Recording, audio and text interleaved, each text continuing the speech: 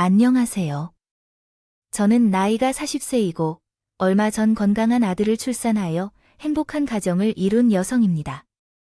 산후조리원에서 이 채널의 이야기를 듣다가 시간을 보내고 있는데 다들 마치 힘든 삶을 사셨던 것 같아요. 저는 힘들지만 기구한 삶은 아니지만 약간의 어려운 경험을 한 사람입니다. 제게 힘든 상황을 겪게 한 것은 시댁 가족입니다. 그 얼마나 어려웠는지 몇 마디로 적어보겠습니다. 아주 놀라운 전개가 있을 것이니 꼭 제 이야기를 끝까지 들어주세요. 남편과 저는 대학교 시절 만난 캠퍼스 연인이었어요. 신입생 시절 저와 함께 군대에 다녀온 후 복학한 남편은 조별 학습을 통해 서로 친해지게 되었는데 그 과정에서 자주 어울리다 보니 자연스레 연인이 되었습니다. 우리는 여느 연인처럼 아주 다정하고 친근하게 잘 지냈고 우리의 만남은 대학 졸업 이후에도 계속 이어졌어요.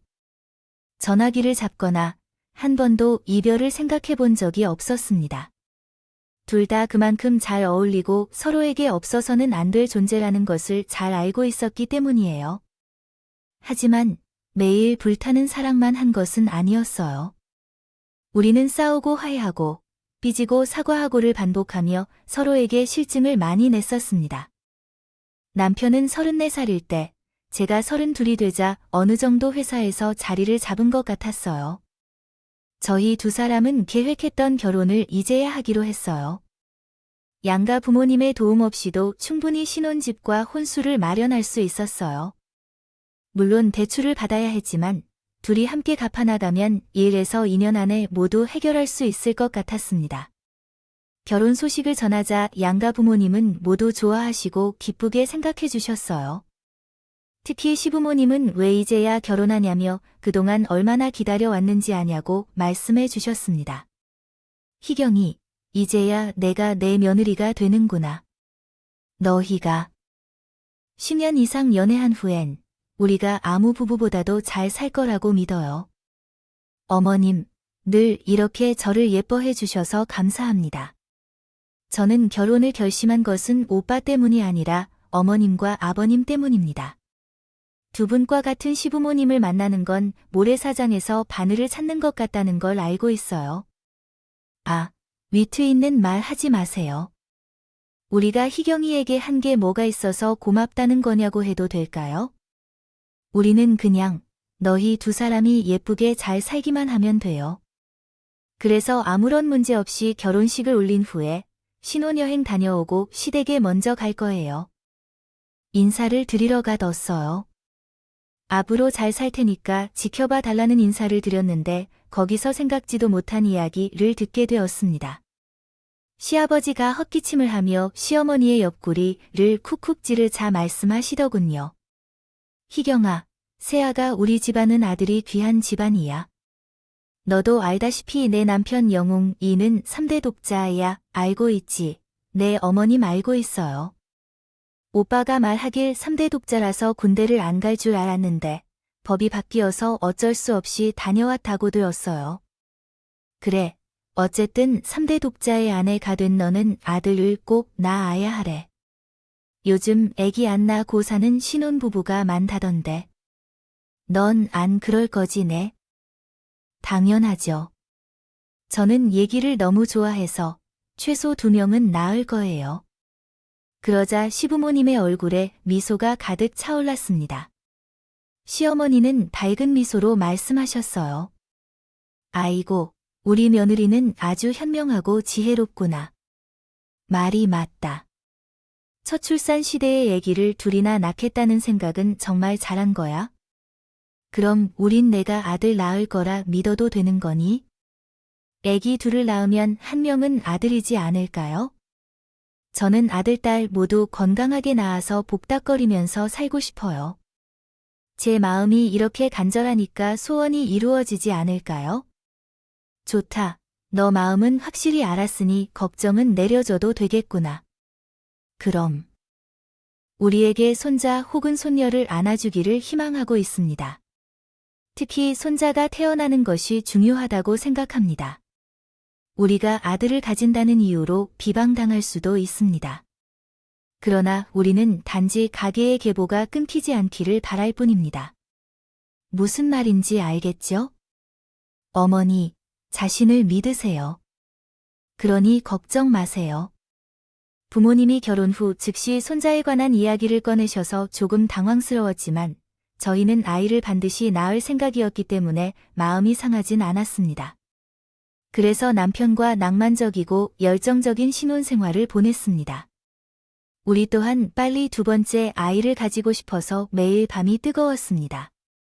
처음 3개월은요. 벌써 임신되겠어 하는 마음으로 별 기대 없이 살았고 그 이후로 시아버지와 어머니의 작은 압박을 받기 시작했습니다. 이제 신혼을 충분히 즐겼기 때문에 얼른 손자를 낳으라는 말씀을 하시더라고요. 예시경아, 너희 결혼한 지 석 달 넘었지? 희경이네 나이가 32이니까 이제부터는 좀 서둘러야겠다. 나중에 나이 먹고 애 가지면 엄청 힘들다고. 내 말 알아듣겠지? 아, 네 어머님, 안 그래도 그 일랑 열심히 노력하고 있어요. 빠른 시일 내로 좋은 소식 들려드릴게요. 그래, 내가 내 말을 척하고 알아들어 주니 고마워. 처음에는 딸이어도 괜찮으니까 너무 과하게 바라지 않길 바랍니다. 스트레스를 받지 말라는 걸 이해해요.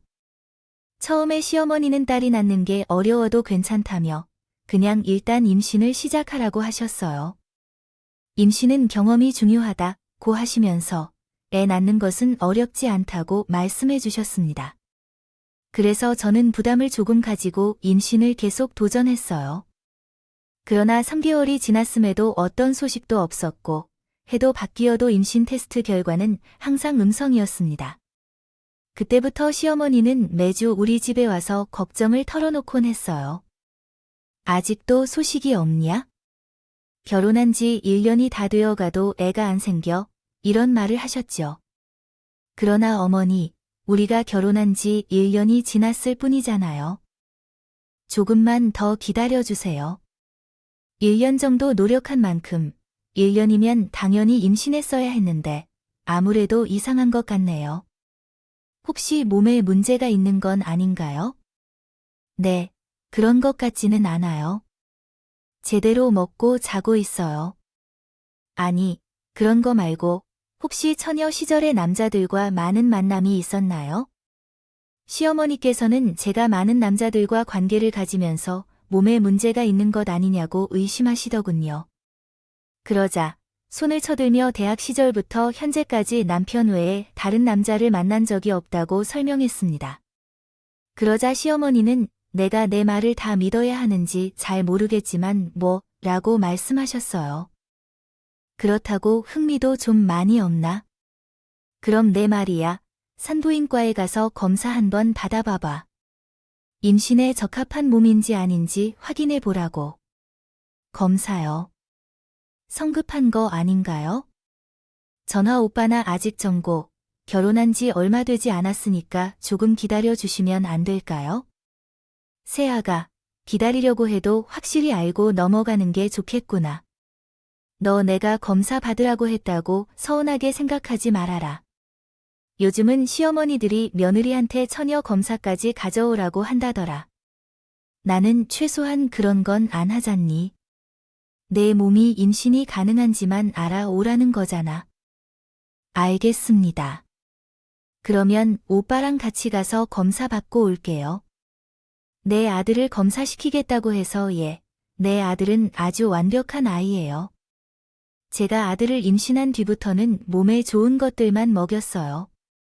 게다가 성장기에는 항상 유기농 식품만 먹였다고 합니다. 그래도 혹시 모르니까 같이 가서 받아보겠습니다. 어머니, 저희 두 사람 모두 아무 문제가 없을 테니까 너무 걱정하지 마세요. 시어머니는 자신의 아들이 임신검사를 받게 한다고 하자 표정이 심하게 일그러지셨어요. 마치 모든 문제가 저에게 있으니 저만 검사받으면 된다는 듯이 여기고 있었더군요. 여튼 저는 혼자 임신검사를 받아야 한다는 생각은 없어요. 토요일에 남편과 함께 병원에 갔는데 임신 가능 여부를 검사해야 했습니다. 일주일 후에 검사 결과가 나왔는데 기쁘지 못한 결과가 있었습니다. 의사는 저와 남편이 자연 임신이 어려울 것으로 보인다고 말씀하셨습니다. 좀 더 시도해보고 안 되면 인공수정이나 시험관 아기에 도전해보라고 권유하셨습니다. 우리 부부는 충격을 받아 집으로 돌아와서 어떻게 해야 할지 결정을 내릴 수 없었습니다. 며칠 뒤에는 시부모님과 친정부모님을 함께 모셔서 양가 부모님의 의견을 듣고 결정하는 것이 상책일 것 같았습니다. 우리 부모님은 인공수정이란 말이 무슨 뜻인가 싶어서요. 저희 두 사람이 몸 관리를 잘해서 건강해져서 자연적으로 임신하는 것이 좋겠다고 말씀하셨습니다. 희경아. 의사가 아무리 인공수정을 권유하더라도 딸이 필요하지 않다고 생각해요. 몸은 충분히 건강해질 수 있기 때문에 몇 년 동안 보약을 먹고 최상의 상태일 때 아이를 가지도록 해야 한다고 생각해요. 급하게 결정하지 말라고 사돈도 동의하실 거예요. 엄마의 의견을 들은 시어머니는 침을 참고는 대답했어요. 그만큼 몸이 달라질 정도로 보약을 먹는다고 힘이 되는 것이 아니에요. 의사 선생님이 인공수정을 권유한 이유가 있는 거예요. 또한 나이가 많아지고 임신을 시도할수록 여러 배로 어려워질 수 있습니다. 그때 가는 손자 둔 인공수정도 잘 안 될 거라는 말입니다. 사돈 아무리 손자를 원해도 겨우 결혼한 지 1년 된 부부들한테 너무 큰 부담을 주는 건 아닐까요? 또한 아기 없이 살아가는 부부도 많은데 꼭 그렇게 억지로 아이를 낳아야 하는 건가요? 어머머, 사돈이 하는 말이 정말 웃겨요. 우리 아들이 3대 독자라는 사실을 모르시나요? 우리 김씨 가문의 대가가 끊기면 안 된다고요. 벌을 받을 거라고요? 요즘 세상에 그런 사람이 있는지요? 요새 제가 끊기는 걸 걱정하는 사람이 어디예요? 저희 딸과 사위를 괜히 힘들게 하지 않아도 돼요. 맙시다. 인공수정은 엄청난 스트레스라고 합니다. 저는 우리 딸을 그렇게 힘들게 만들고 싶지 않아요. 양가 부모님의 대화는 팽팽했고 양보가 없었습니다. 저와 남편의 생각도 각자의 집안 부모님의 뜻과 같았어요. 저는 아기 없이 살거나 나중에 몸이 건강해지면 자연 임신을 하는 걸 원했고 남편은 시어머니의 의견에 따라 인공수정을 해보자고 했습니다. 그렇게 양가 식구들의 의견이 달라서 오랜 시간을 말다툼했는데 결국엔 제가 두 손을 들어버렸습니다. 지금 안 한다고 해봤자 매일같이 찾아와서 괴롭힐 시어머니를 생각하니 차라리 여기서 동의하기로 결정했습니다. 병원에 다니면서 인공수정을 받기로 결정했었죠. 아이를 낳는 게 더 나을 것 같아서였습니다. 그렇게 하면 시부모님의 따뜻한 잔소리도 피하고 남편과의 갈등 없이 계속 함께 살 수 있을 것 같았기 때문이었죠. 친정 부모님은 반대하셨지만 저는 시댁 식구들의 의견에 따르기로 결심했습니다. 그래서 병원에 예약을 하고 지정된 날 진료를 받고 인공수정을 시도했어요. 6개월 동안 2차례 시도했지만 모두 실패했죠. 그래서 다음에는 시험관 아기를 시도하기로 했습니다. 이것도 까다로운 조건과 시간이 필요하지만요. 성공률이 있을 거라 생각하여 기대했었지만 시험관 원자에서든 인공수정에서든 저희 부부에게는 성공하지 못했습니다. 1년 6개월 동안 여러 가지를 시도했지만 모두 실패로 끝나버렸어요. 이 소식을 듣고 계시는 친정 부모님께서는 자신들의 말을 듣지 않았냐고 하셨어요. 억지로 임신을 시도한다고 해서 모든 게 되는 것이 아니라고 했는데 왜 괜히 스트레스를 받아가며 그런 일을 했느냐고 하셨어요. 한편 시부모님은 모든 실패의 원인을 제게 돌렸어요. 시어머니를 매우 잘 아는 것으로 생각했는데 그동안 알고 있던 어머님의 모습은 더 이상 보이지 않았어요. 조선시대에서나 나올 법한 시어머니 같았습니다. 임신 실패의 원인에 대해 다음과 같이 얘기했습니다. 너 몸 관리를 어떻게 해서 그렇게 되는 거야? 왜 인공수정도 안 되고 시험관도 실패하냐고? 이건 내 몸이 정상이 아니라는 소리야. 어지간한 경우에는 의학적인 도움으로 임신하는데 넌 아무런 결과도 없잖아. 이건 내 아들이 잘못인 게 아무것도 없어. 씨가 문제가 아니라 밭이 잘못된 거라고. 햇빛 하나도 들지 않는 곳에 좋은 씨를 암만 뿌려봤자 뭐가 생길 것 같니? 어머님, 어떻게 그런 말씀을 하실 수 있어요? 임신이 잘 되지 않는 이유 중 하나가 오빠의 정체수가 현저히 적어서 그렇다고 했어요. 내 제시한 내용은 알아보기 어렵고 전체적으로 매우 혼란스럽습니다. 각 대사를 서로 이어지게 만들고 혼동하지 않도록 구조화하겠습니다. 내가 아무 놈의 씨를 받아내서 내 몸이 똥밭이 된 것 같다. 라는 문장은 상황에 따라 좋지 않은 어감을 띄울 수 있습니다. 이 문장을 다른 방식으로 표현하실 것을 권장합니다. 감사합니다. 한대면 그때 갈라 우리는 손자를 낳은 적이 없어서 계속 며느리가 될 수 없었어요. 시어머니는 조선시대에서나 들을 법한 막말을 했었죠. 그때 남편은 가만히 들어주기만 했더라고요. 연애할 때처럼 제 편을 들어주는 사람은 더 이상 보이지 않았어요. 그래서 실망해서 그에게 한 소리 했어요. 당신은 내가 어머님한테 그런 막말을 들어주고 있는데 가만히 보고만 있어서 어떻게 그럴 수 있어? 그냥 엄마가 흥분해서 그런 거야. 그리고 엄마 말에 신뢰성이 있는 것 같던데. 여보, 솔직히 말해봐. 나랑 연애할 때 바람 피우고 그랬잖아. 다 용서하고 이해해 줄 테니까 솔직히 말해봐. 인간이 정말 첫 돌았나야? 산부인과에서 하는 말 못 들었어. 임신이 안 되는 이유는 우리 둘 다 문제가 있다고 했어. 그런 논리라면 당신도 나 몰래 바람 피운 거잖아. 남자랑 여자랑 같니? 솔직히 말해봐봐. 당신은 지금 하지 말아야 할 소리를 하고 말았어. 남편의 뺨에 손을 올리며 분노를 표출했어요. 저를 걸레 취급하는 것도 화가 났고 시어머니 말만 듣고 판단하는 남편이 죽도록 미웠어요. 딱이면 어떤 아이였더니 그제야 정신을 차렸는지 저에게 미안하다 사과를 하더군요. 여보, 미안해. 나도 내가 왜 이런지 생각을 하는지 모르겠어. 자꾸 엄마가 자기더러 문란한 여자라고 귀에 못이 박히도록 말을 하니까 나도 그렇게 믿었던 것 같아. 내가 잘못했어. 사과할게. 우리가 인공수정을 다시 시도해보자. 우리 부모님은 임신만 하면 조용해질 거야.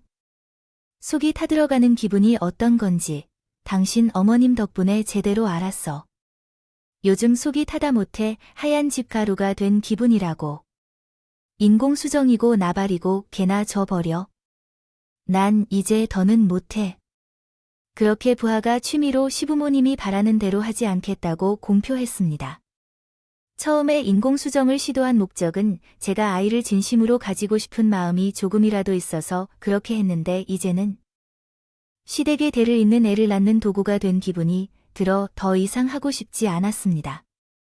그러다가 제가 인공수정이나 시험관 아기를 거부하자 양가 식구가 다시 한자리에 모였어요. 친정 부모님께 말씀드려서 괴롭다고 전했더니 직접 얼굴을 보고 결론을 내야겠다고 말씀하셨습니다. 그래서 한식당에 있는 룸에 들어가서 온 식구가 토론을 시작했습니다. 시부모님은 저에 대한 걱정 따윈 안중에도 없었고 오로지 자신들에게 손자가 필요하다며 인공수정과 시험관을 쉬지 말고 하라고 했습니다. 반면에 친정 부모님은 저를 보호하려고 제발 그만 좀 괴롭히라고 요구했습니다. 높이셨습니다. 결국 의견이 완전히 달라 대화가 통하지 않았고 말다툼만 커졌습니다. 시어머니는 우리 엄마와 말다툼을 싹싹이 하던 중에 마지막 경고를 하셨어요. 그렇게 사돈딸이 소중하다면 싹싹 아껴주세요. 도로 때리고 가라, 라고요. 희정아, 반납하겠습니다. 애야, 나 못 낳는 쓸모없는 불량품을 더 이상 데리고 있어봤자 무슨 소용이 있습니까? 그나마 임신 노력을 하는 것 같다는 생각에 기다려줬지만 이제는 크게 싫다고 하니 반품하겠습니다. 영웅아, 너 얘랑 칼퇴하고 깨끗하고 편안한 밤을 차차서 잘 쉬어라. 더러운 밭에 씨를 뿌려도 뭐 하겠니? 더러운 밭에서 나무가 자라겠니? 이제 그만하자. 이봐요, 사돈, 지금 무슨 말을 하셨어요? 더럽다고요? 이런 내용을 한국어로 다시 작성하겠습니다. 그 밭의 여자가 누가 말하면 누가 다 안다고 생각해? 대가들의 시간과 나이가 빠진 것을 생각해 본 적 있어? 씨가 좋으면 어느 밭에서나 잘 자란다고. 멍청한 여자야. 뭐가 어째서 너 이러니? 오늘 너 사라졌어. 어린이들이 오는 게 당연한 일이라 너야말로 주둥아리를 찢고 쫓아내겠어. 누가 말을 할 거야? 나는 너의 주둥아리를 찢고 혓바닥을 뽑아줄 거야. 또 줄넘기도 하겠어. 여기 와서 덤벼봐. 엄마와 시어머니가 서로 머리카락을 잡고 힘겨루고 있었고 아버지와 시아버지가 그들을 억지로 떼어냈다. 양가 부모님은 한자리에 모여 있었어.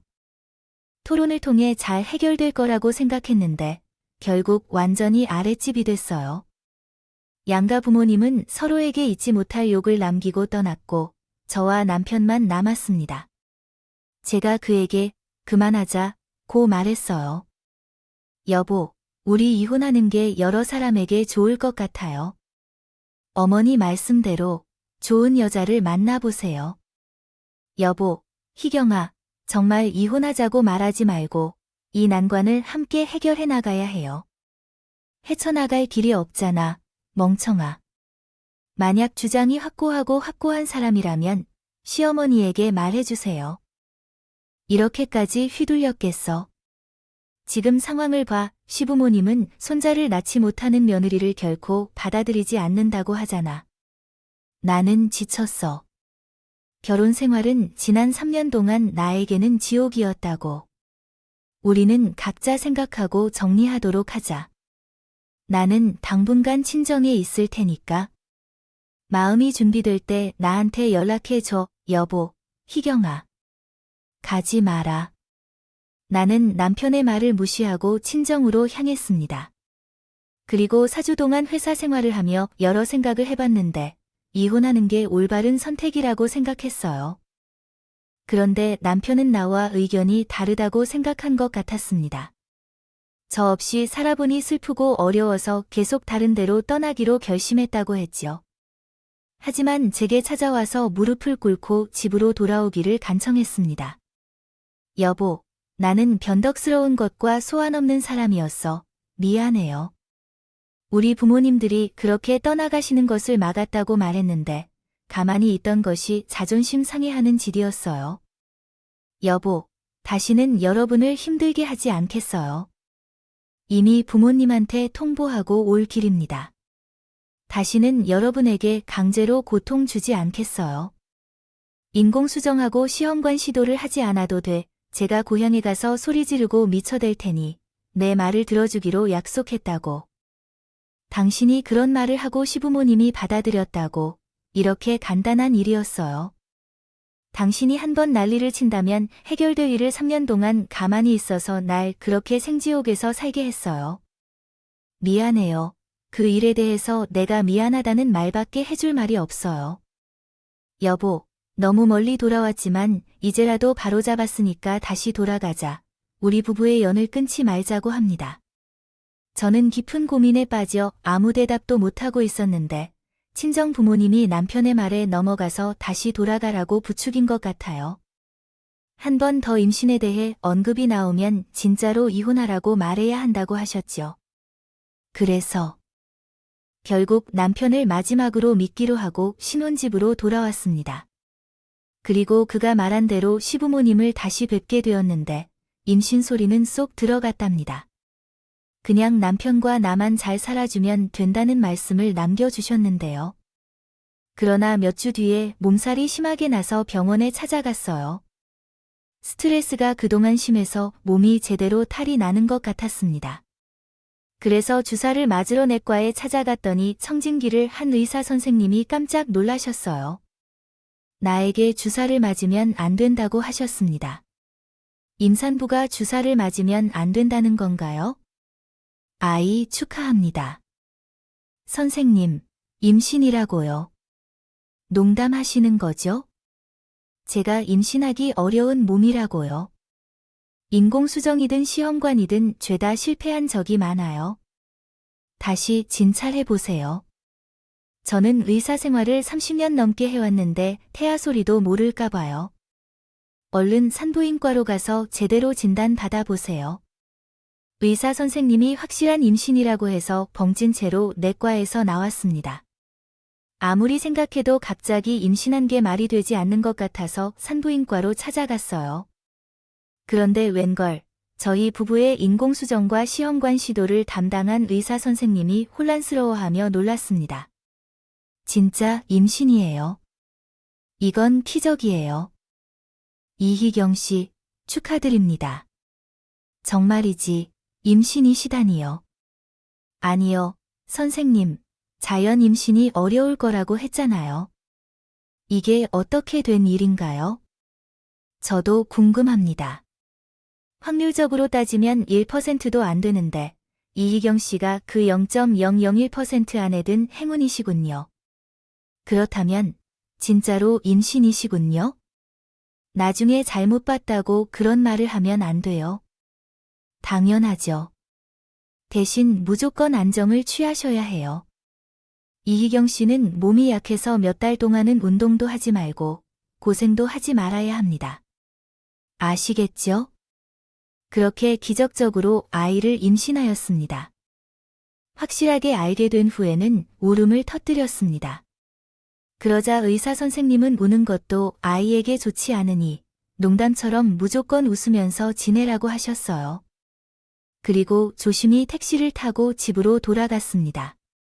임신한 사실을 남편에게 알리려고 초음파 사진을 건네줬습니다. 여보, 나 임신이래. 벌써 4주나 됐다더라. 그리고 아들이래. 그때 남편은 무슨 말이야? 당신 지금 장난치는 거지? 오늘이 마루절인가? 그건 아닌데. 여보, 이 사진 인터넷에서 산 거야. 이 남자가 못 믿네. 하긴 우리가 그동안 그렇게 노력했는데도 임신이 되지 않았으니 못 믿을 만도 하다. 여보. 근데 나 정말 임신했어. 다음 주에 나랑 같이 산부인과 가서 우리 아기 초음파 보러 가자고. 뭔 소리야 하는 거야? 당신은 상상 임신이라도 한 거야 뭐? 인공수정 시험관 모두 실패했는데 자연 임신을 했다고? 아, 지금 그런 말을 나에게 믿으라는 거야? 정말이야. 왜 이 사람이 이렇게 말을 못 믿지? 여보, 내가 다시 설명해 줄게. 나 정말로 임신했어. 그것도 아들을 낳을 거야. 남편에게 확실하게 임신이라고 전해줬어. 그래서 당연히 기쁜 표정을 짓는 줄 알았는데 제 예상과 달리 남편은 화를 내더군. 정말로 임신이야. 사주라고 너 친정에 있다가 여기 온 지 3주하고 반밖에 되지 않았어. 아, 여기서 말하는 사주는 사주차를 말하는 거야? 4주 전에 임신했다는 게 아니라 저는 그 이후에 무서운 얼굴에 분명히 임신 4주차라고 말해줬어요. 그러자 그이는 끔찍한 말을 꺼내더군요. 너 딴 놈씨 받았구나. 더러운 년. 역시 엄마 말이 맞았어. 봤지? 하도 더러워서 씨는 상관이 없던 거야. 내 씨가 깨끗해서 너 같은 년한테 애가 생기지 않았던 거라고. 나랑 잠시 별거 하는 동안 딴 놈이랑 바람 피워서 임신을. 2년 이제 보니 다 계획적이었구만. 바람 피워 임신을 했는데 그놈이랑은 이루어질 수 없는 사정이니까 나한테 뒤집어 씌우려고 돌아온 거지. 솔직하게 말해. 애 아빠로 감투를 씌우려 들어 씨부랄 기분 역같네. 딴 놈의 새끼 배운 년이 나한테 애 아빠로 감투를 씌우려 들어 당장 나가 꺼지란 말이야 이 걸레 같은 년아. 뭐 지금 뭐라고 했어? 당신 후회할 짓 하지 마. 지금이라도 무릎 꿇고 사과하면 봐줄 수도 있어. 뭐 사과? 나를 농락한 더러운 년이 어디서 눈을 똑바로 뜨고 끝까지 거짓말해. 당장 꺼져. 이 더러운 년아. 그 이가 욕설을 막 뱉어내자 현관문을 열고 시부모님이 들어왔어요. 두 분은 이게 무슨 상황이냐고. 질문을 받았을 때 저는 그것에 솔직하게 대답해 임신 사실을 털어놓았습니다. 그러자 시부모님은 제 얼굴을 때려 놓았어요. 남편과 밖에서 바람을 피워 임신한 것으로 확신했기 때문입니다. 그래서 시부모님은 제게 비방을 하며 저를 집 밖으로 내쫓았습니다. 저는 울며 친정을 찾아갔고 이 사실을 모두에게 털어놓았죠. 그 결과 아버지는 골프채를 들고 남편을 찾아갔습니다. 제가 직접 목격하지는 못했지만 그의 말로는 아버지가 분통을 터뜨려서 병원에 입원했다고 전해졌습니다. 신혼부부는 다시 한 사람 진실을 말해봤지만 그것을 절대로 믿어주지 않았습니다. 의학의 힘으로 임신이 안 되었던 제가 자연 임신을 한다고 하니 그렇게 믿고 있던 거예요. 결국 저와 남편은 이혼 서류에 도장을 찍고 남남이 되었습니다. 제가 임신 8주차가 됐을 때의 일이에요. 그이는 더러운 씨의 자식을 혼자 알아서 키우라고 막말하며 법원에서 헤어졌어요. 그리고 저는 몸을 조심해야 했기 때문에 하루 종일 집안에만 있었습니다. 산책을 하거나 장을 보거나 요리하는 정도의 활동만 하고 무리한 일은 결코 하지 않았어요. 시간이 흘러 어느새 만삭이 되고 산부인과에서 입원 출산 준비를 했어요. 예정일에 배가 아프기 시작하며 바로 유도 분만을 했는데 아들이 태어나면서부터 효도를 해주었습니다. 진통을 느끼기 전에 아들이 응애 소리를 내며 세상 밖으로 나왔습니다. 손가락과 발가락이 각각 10개씩 있는지 궁금했는데 출산 후에야 손가락과 발가락이 모두 있는지 깨달았습니다. 왜 그런 말을 했는지 아직도 이해가 가지 않습니다. 어쨌든 건강하게 태어난 아들은 저와 친정 부모님에게 큰 축복이었습니다. 부모님은 매일 제 아들 사진을 찍어서 카칭 메신저에 프로필 사진으로 올리셨습니다. 하지만 그것이 화근이 될 줄은 몰랐습니다. 제 아들의 사진을 보고 이혼한 전 남편과 시어머니가 어떻게 위치를 알 수 있었는지 모르겠지만 산후조리원에 찾아왔습니다. 친정 엄마가 올린 제 아들의 사진을 보고 전 남편과 똑같다는 것을 느낀 것이었죠. 노크도 하지 않고 들어온 시부모님과 남편은 제 아이를 안고 있는 아들을 보고 크게 놀랐습니다. 세아가 그 아이 우리 손자 맞지? 사진으로 본 것보다 훨씬 더 제 아들을 닮았구나. 아니요. 제 아들이 아니라 다른 사람의 아들이에요. 그렇게 알고 이혼하고 떠나신 분들이 왜 찾아오셨는지 모르겠네요. 처음에 우리가 믿지 못한 건 인정한다. 그런데 안 치더니 카톡에 올려놓은 손자 사진을 봤을 때 우리의 핏줄이 확실하다는 것을 깨달았어요. 내 아들과 생김도 똑같고 이마에 있는 점의 위치와 캐슬까지 똑같더라. 이건 유전자 검사를 할 필요도 없다고. 분명한 우리 집 핏줄이야. 그게 지금 와서 뭐가 중요한가요? 어차피 저와 이혼한 사이인데 어머니 아들이 재혼했다는 소식을 들었어요. 그럼 그래서요. 아들을 낳아달라고 여자에게 부탁하면 되지. 왜 제게 와서 감동한다는 척 연기하시는 거냐고요? 예, 죄송합니다. 희경아, 내가 우리 가문을 이어준 은인인데 그렇게 모질게 굴었으니 화가 날 만도 하지. 아직 늦지 않았어. 너와 내 아들이 다시 재결합해서 가정을 이룰 수 있다고. 그 말을 듣자 저는 복수하고 싶은 마음이 생겼습니다. 그래서 멀뚱히 서 있는 전 남편에게 말했어. 당신, 어머님이 말한 대로 할 수 있겠니? 지금 사는 여자와 이별하고 나한테 다시 돌아올 수 있겠냐고. 당연하지. 아, 내 아들을 낳은 당신을 위해서 못할 게 뭐가 있겠어? 여보, 처음부터 믿지 못한 것에 대해 진심으로 사과할게요. 미안해요. 그래, 사과를 받아주겠어요. 그럼 이혼을 하고 나서 재혼한 여자와 다시 와줄게요. 당신의 호적이 깨끗해지면 나도 생각을 돌려볼게요.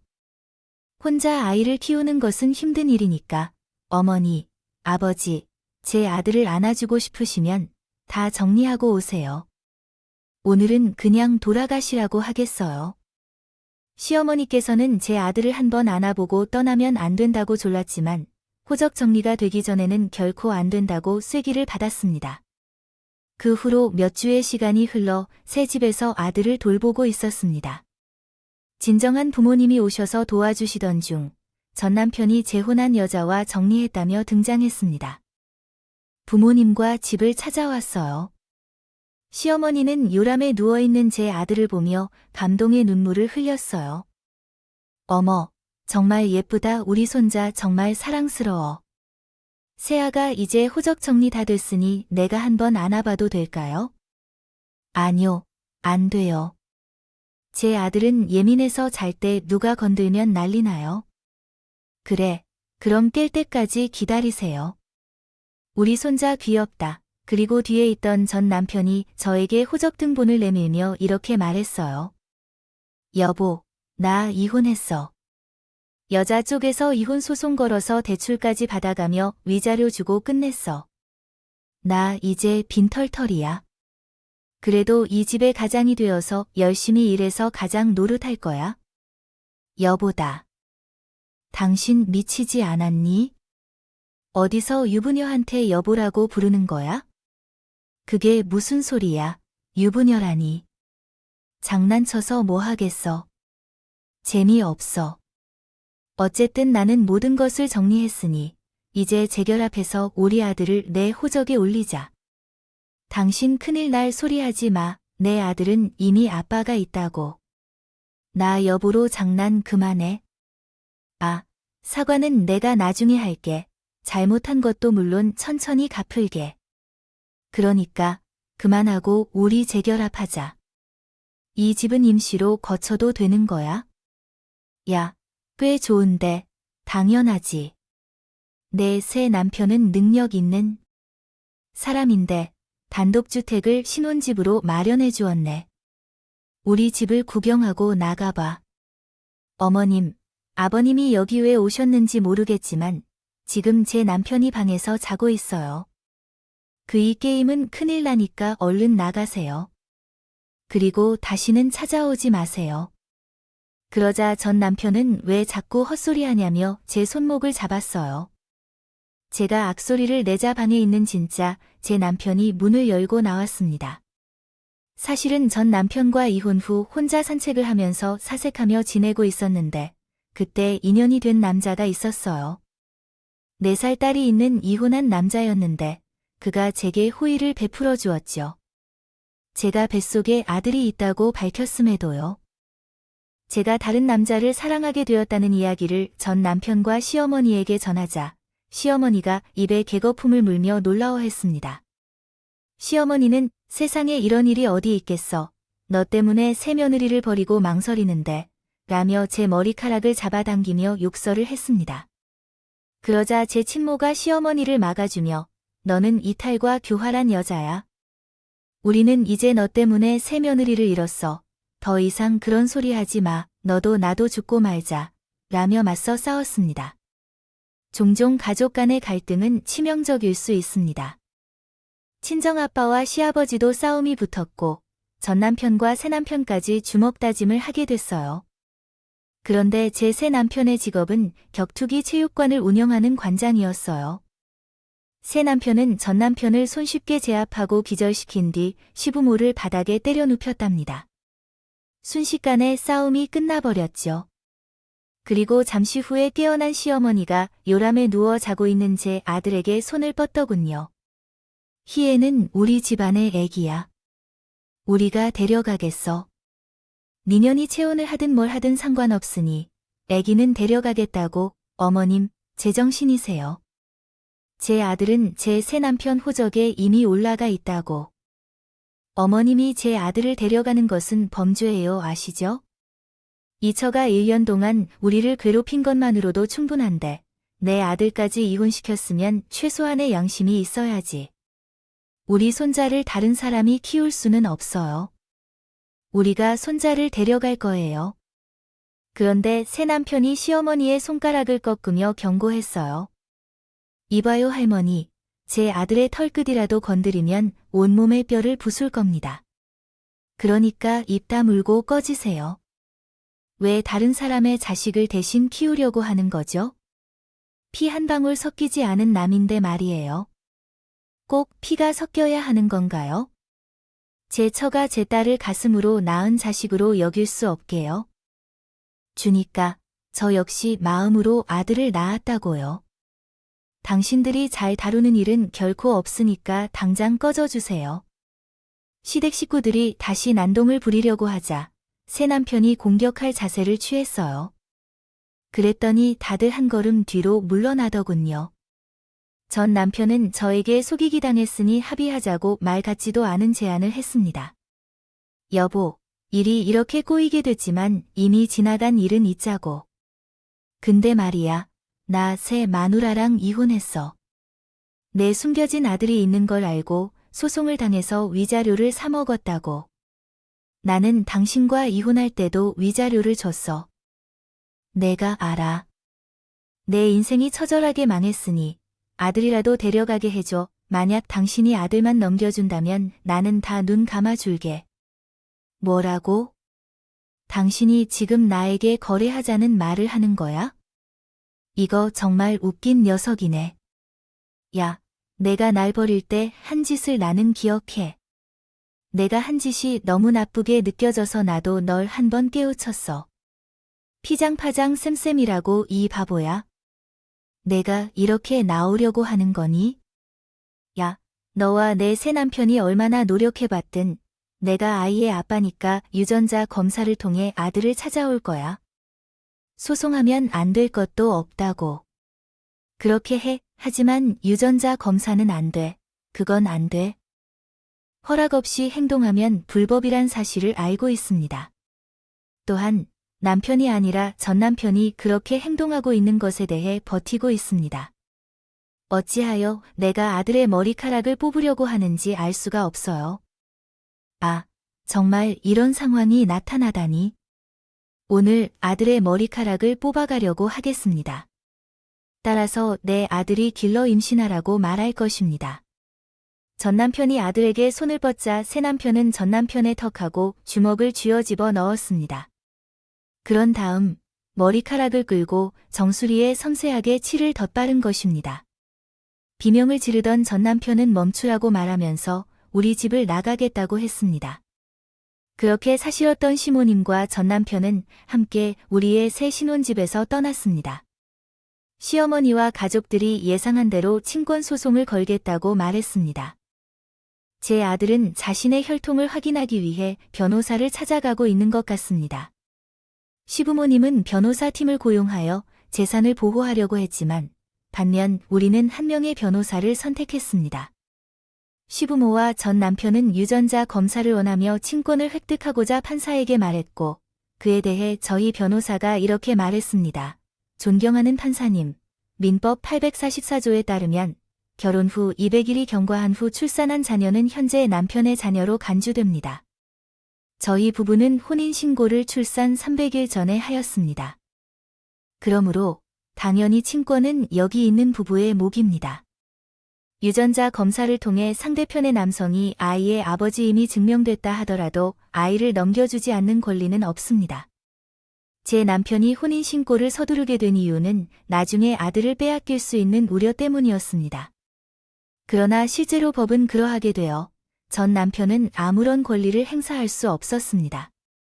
시부모님과 전 남편은 망연자신하며 법원에서 퇴장시키고 저와 새 남편은 기뻐하며 집으로 돌아갔어요.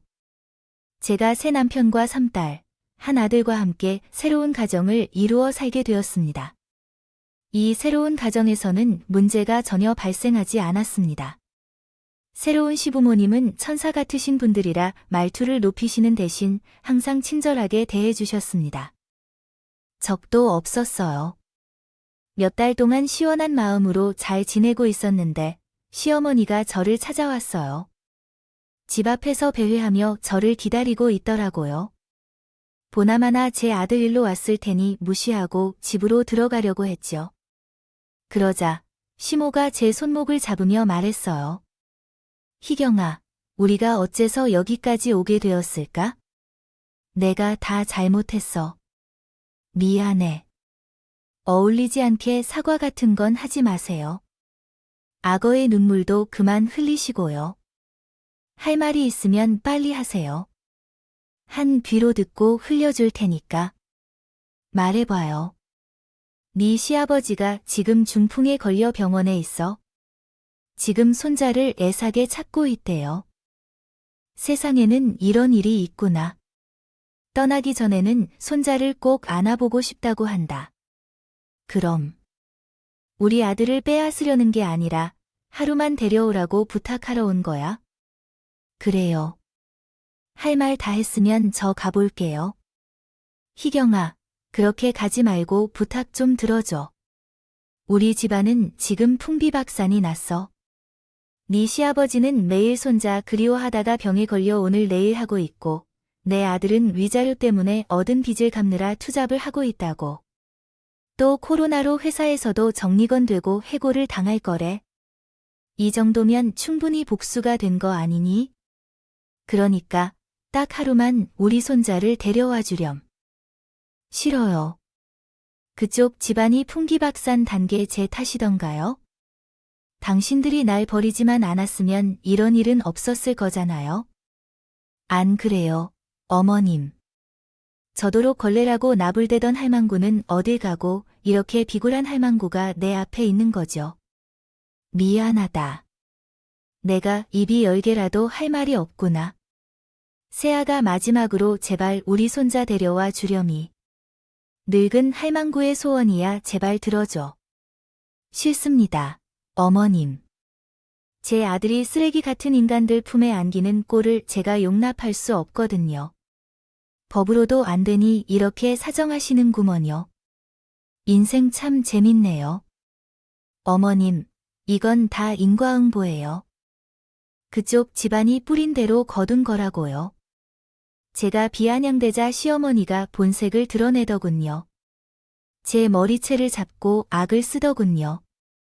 야이, 개 같은 년아, 내가 이만큼 했으면 말을 들어줘야 하는 거 아니냐? 내 귀한 손주를 빼앗아 갔으면 하루 정도는 데리고 와도 되잖아. 이 할망구가 노망이 났나 보네. 못 참겠네. 할머니, 나도 똑같이 해도 되겠죠? 아니, 왜 이런 말을 하는 거야? 당신 오늘 더러운 꼴이 뭔지 제대로 보여줄게. 저는 시어머니의 머리채를 잡고 이마로 얼굴을 들이받았습니다. 돌이 깨지는 소리가 나면서 시어머니가 코피를 흘리며 쓰러지더군요. 제 박치기 한 방의 상황은 종료됐습니다. 어머님, 이제 그만 찾아오세요. 안 되는 일을 억지로 부탁하러 오지 말라고요. 그럼 손자 사진을 보며 짤짤하면서 사세요. 아니면 집 아들을 결혼시켜 새 손자를 낳게 하던가요. 시어머니는 시멘트 바닥에 주저앉아 울면서 소리를 질렀었어요. 저는 무시하고 집으로 올라갔습니다. 그것이 제가 본 시어머니의 마지막이었습니다. 얼마 후에 시댁 소식을 듣게 되었어요. 친정아빠가 지인을 통해 들은 이야기를 전해주셨는데 시아버지께서 중풍으로 돌아가셨고 시어머니는 치매에 걸려 요양원에 입원 중이라고 하더군요. 그 말을 들을 때 아무런 안타까움을 느끼지 않았어요. 느껴지지 않았어요. 저도 참 독한 면이 있는 것 같았죠. 그리고 전 남편은 코로나 시기에 회사에서 잘려서 배달과 편의점 알바를 하며 위자료를 마련하고 진 빚을 갚으며 고시원 방에서 지내고 있답니다. 저에게 남의 자식을 가져왔다며 쌍욕하고 손짓하며 쫓아낸 인간들의 최후가 이렇게 마무리되었습니다. 제 복수 이야기는 여기서 막을 내려야겠네요. 그러게, 만약 저를 소중하게 생각해주고 믿어줬더라면 얼마나 좋았을까요? 자기들이 벌인 잘못에 대한 천벌을 받은 것이니 저는 죄책감 없이 잘 지낼 것입니다. 요즘 임신 문제로 마음이 무거운 분들이 많으실 텐데 제 이야기로 위로가 되었으면 하는 바람입니다. 그럼 이만 쓸게요. 모두 안녕히 계세요.